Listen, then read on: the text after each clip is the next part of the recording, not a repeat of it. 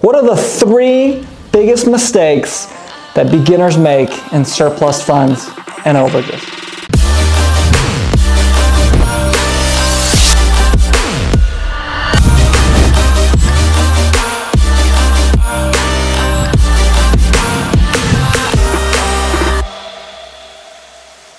All right, so listen, in this video, I'm going to talk about the 3 biggest mistakes that I've seen from over 1,500 students in Surplus Fund Mastery make over and over and over again as beginners, and how we fix that for them, how we teach them exactly what to do so that they don't make these mistakes. But before I jump into it, please hit the subscribe button, hit the notification bell. I'm going to be uploading very consistently nowadays, and once a month, I'm actually going to do a giveaway for a free course.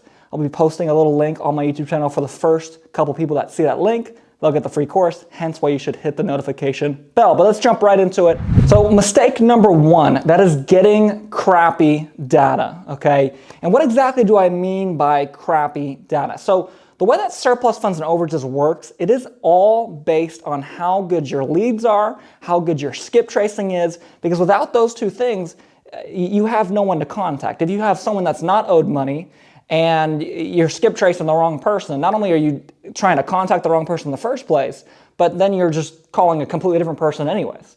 And so the key thing is to have the right data and the right leads. The biggest key I want to talk about with you guys is skip tracing.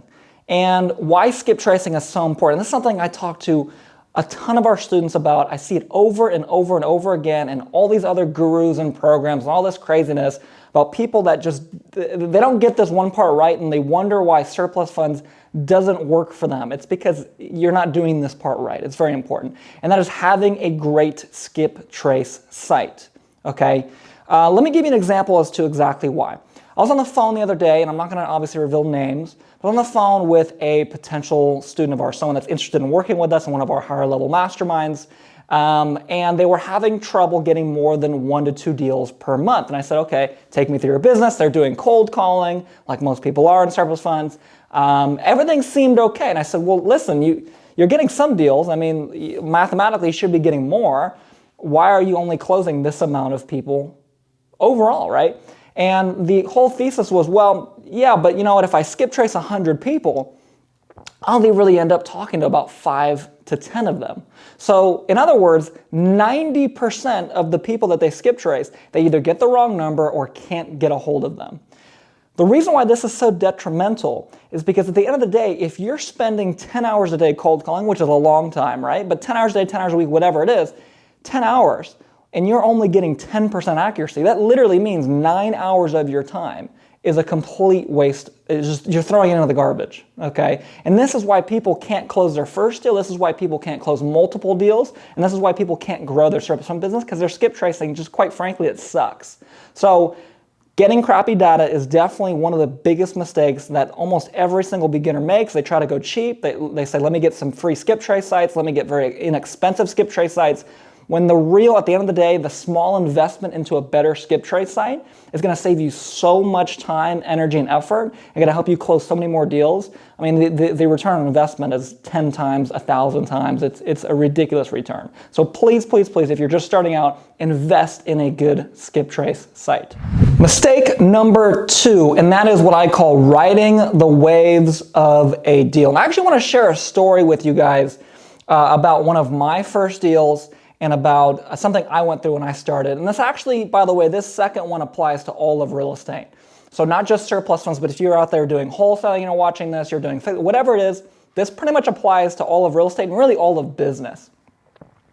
So when I was younger, I would do a lot of cold calling, especially when I first started out. That was, again, what we teach is the best way to start, because you pretty much can control everything that you're doing. It doesn't take a lot of investment to get started. That's why cold calling is the best place to start. But anyways, I was doing a lot of cold calling, and anyone that's done cold calling knows it's a lot of no's, it's a lot of, whatever, right? A lot of not very good, and then boom, something happens, and you get the right person on the phone, you're talking to them, things are driving, and all of a sudden magic happens, and now you have a deal. Well, I was still looking to get my first deal, and I'm on the phone cold calling, I'm doing my 10 contacts a day. I get to the 2nd, 3rd week, no success yet, right? And I'm frustrated. I'm very, very frustrated. Finally, I get this guy on the phone, older Hispanic man, very, very nice guy. And he was actually going through a probate. And so I call this guy and I say, hey man, I'm looking, by the way, this is for a wholesaling deal back in the day. This is not a surplus fund deal, but again, it applies to all real estate because I see this over and over again with surplus funds especially. And I'm talking to him, I say, hey, I'm looking to potentially get your house, da-da-da. And I'm talking to my real estate mentor, I'm kind of texting him while I'm on the phone. And we get to a point where it was looking like on the call, it was a done deal. He had said yes already. He said, just send me over the paperwork. We're doing this. And I'm like, I already got a buyer lined up. It's a wholesale deal. I'm making $10,000, right? And this was going to be my first big deal. Like I had some deals before that was going to make $1,500, $2,000, but $10,000, I mean, that's a big jump, right? So I'm obviously ecstatic. I'm very excited. I hang up the phone. I'm running around. I'm like, woo, like I'm screaming. I'm going crazy. I ran downstairs. I started screaming. Everyone's freaking out. I'm telling them, oh, I just made 10 grand, made 10 grand. They think it's like, this is life-changing, right? Well, about 3 hours later, I get a phone call, right, from a different number. And it was a realtor. It was his realtor. And the realtor calls and says, yeah, no, this is not going to happen. This is absolutely not going to happen. Sorry, it's done deal. And he was kind of very rude to me too, but we won't get into that. But my point in telling you that story, even though it's not a surplus fund story, is I see the same thing happen over and over and over again with surplus funds. You're cold calling, it's frustrating at first, whatever the case is, you're not having the success, and then boom, you get that first yes, and it's very exciting. But I need you to remember that a deal is not closed until you get a check. Okay, until you actually have a check in your hand for your name or your company's name or however you're collecting money, right?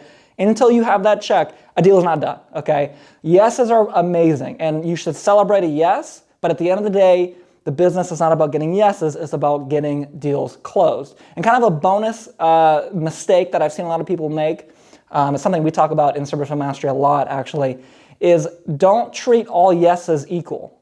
Every yes is not equal. Anyone that's been in sales knows this. There's the yes, let's do it right now. Let's send my credit card information over if you're doing over the phone sales. And then there's the yes, I'll call you back tomorrow and we'll finish it up. Okay, they're two very different yeses. In surplus funds, it's a yes, let's send me the paperwork right now, we'll do it. Or it's yes, let me talk to my wife, I'm interested, but yes, right?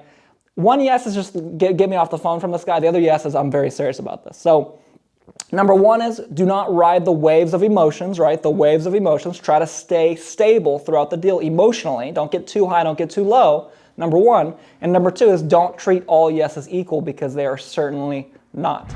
And mistake number three, and that is not following up. There's a stat online that's like 90 something, I think it's like 98% of all sales are closed on the follow-up.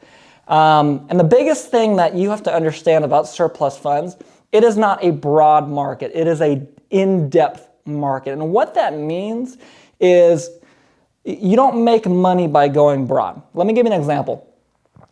I see a lot of people that'll jump into programs, and I'm not going to name names of whose program, whatever, but it's like, they jump in and they want to try this in this state, and they want to try that in that state, and they want to go here and here and that, and it's just overwhelming. Every time you move to a new location as far as doing deals with surplus funds or change niches from taxes to mortgages to bankruptcy to state, you have to learn an entirely new set of rules. Now, at the end of the day, yes, you are still recovering money for people, so it's relatively the same process. But it's like playing outdoor soccer versus indoor soccer. It's still soccer, right? But there's widely different rules in either game, right? It's like roller hockey versus ice hockey. It's still hockey, but it's just different, okay? So what you want to do with surplus funds is you want to pick one location that you're going to do deals in, so one state, one county, and then you want to pick a actual niche. So it's like, hey, I'm doing Florida tax overages. Like that's it. That's what I'm doing. I'm doing California mortgage overages. I'm doing Texas state, like something like that, right? And then you want to dominate the market, and that's called going in depth in a market, okay? So what I mean by dominate the market is, if you pick a good market, right, assuming your market is not some tiny, Wichita, Kansas, some tiny town, I don't know, Wichita might be a huge town, I don't know, but some tiny town in the middle of nowhere, right? Assuming you pick a decently reasonable sized market, you should be able to produce a reasonable income for yourself. 10 grand a month, 15 grand, 20 grand, 30 grand a month, depending on how big the market is. Once you're at that level, Then you can say, hey, you know what? Now I've mastered this market. Let me go and get onto the next market. Let me go and jump over to the next state or the next area that I'm interested in doing deals in. And that's what all of our successful students do. This concept actually was kind of mastered by a student of ours, now a coach of ours, Rick Rickert, who's working, I believe at this point, in 8 or 9 different states, doing mortgage funds in all of them and absolutely crushing it. So my point in saying this is you can build a huge thing and eventually go broad, but you have to start by mastering one area and one niche. So with that being said, guys, those are the 3 biggest mistakes that beginners make in surplus funds and overages. And I wanted to start with this video. If you can't tell, we're changing up the filming, we're changing up how we're doing things. I actually brought on a good friend of mine to kind of be my video guy, keep me consistent with these videos. I know how much you guys love them. So a couple things for you guys. Number one is, what other topics and questions do you guys have for me that you guys want me to cover? Put them down in the comments down below. And then the second thing is, we're gonna have some links down below. You know, I'm starting to kind of get my social media stuff going now that we have a really great core business going. We've been helping a ton of students over there with Subscription Mastery and Scale Mastery and some of our other programs that we got going on. So I wanted to start kind of putting out some content for you guys. So follow my Instagram, it's down there in the links. Check out all the links in the description. Cameron, my video guy, he'll be putting some links down there for you guys as well. And with that being said, thank you guys so much for watching. Again, subscribe, click the notification bell to get notified when that free course giveaway goes live. And with that being said, I'll see you on the next video.